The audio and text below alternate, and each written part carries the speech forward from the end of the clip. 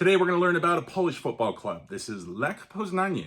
That's more commonly in English pronounced as Lech Poznan or just as Poznan. The club is a little over 100 years old, founded in 1922, and is one of the country's more fabled clubs. You'll find this kit above me from 2010, 2011 in my collection. It's their away kit that I got as a sign of respect to their away support fans that came to England in that season to play Manchester City in the Europa League. They were absolutely fantastic in the crowd that day and gave birth to the understanding in England of a long-held celebration. The English call it the Poznan.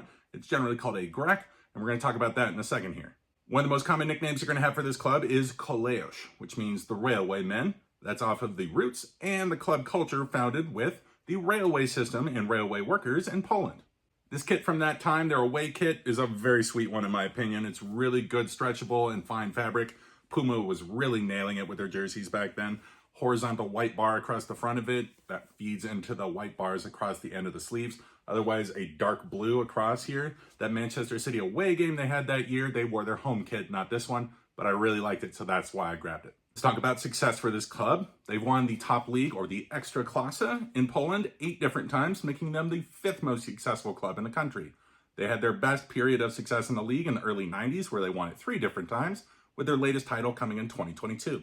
They round out that silverware cabinet with 5 Polish Cups, which they won the last in 2009, so it's been a little bit of time, as well as 6 Polish Super Cups, which is the competition, one game that is held between the cup winner and the league winner in Poland from the previous season. Talking about the rivalries that Poznań has, there are 3 of them that are smaller. The most important there I would consider to be with Wisła Kraków. The big one, though, is the country's biggest rivalry as well. This is called the Derby of Poland, and it's with Legia Warsaw. This is the most successful club in the country, having won the Ekstraklasa 15 different times. They're the dominant club in the country in the last 15 seasons as well. Lech Poznań is about as close as it gets as far as league titles to this club in that same period of time. This is a fiery match and the most important one in the region. Talk about the club's golden era, which I would consider to be the 80s into the early 90s. During this period, they won 10 out of their 19 total trophies. First tasting success in 1981 when they won the Polish Cup, followed by a couple league titles, these being the first trophies in the history of the club. From there, they tailed off after about 1993, but during this period, they were Poland's most important and effective club. Key takeaway from this video, if you're a follower of the English Premier League, is that the celebration I spoke of before in England, known as the Poznan, came from this club's match against Manchester City in the Europa League in 2010. What's known as the Poznan in England is known as a Grek across most of Europe, and is not a particular one specific to Lech Poznań. The celebration itself is turning your back on the pitch as a fan, locking your arms over your fellow supporters' shoulders, and bouncing up and down. City fans particularly use this one because of that association with that match with Lech Poznan and loving the away fans' use of it there. It's also spread to other clubs. Like, it's not specific to Lech Poznań, it's also one that's used across many other clubs in Europe, as well as Celtic fans in Scotland being particular to this celebration. In each video I do about a club, I give you only 3 players from their past to give you a little bit of history on them. Lech Poznań gives me a leg up by having what they fable as the ABC trio. These are 3 very important attacking players for them in their first decade in the top flight. Their most important and starting one is Teodor Anioła.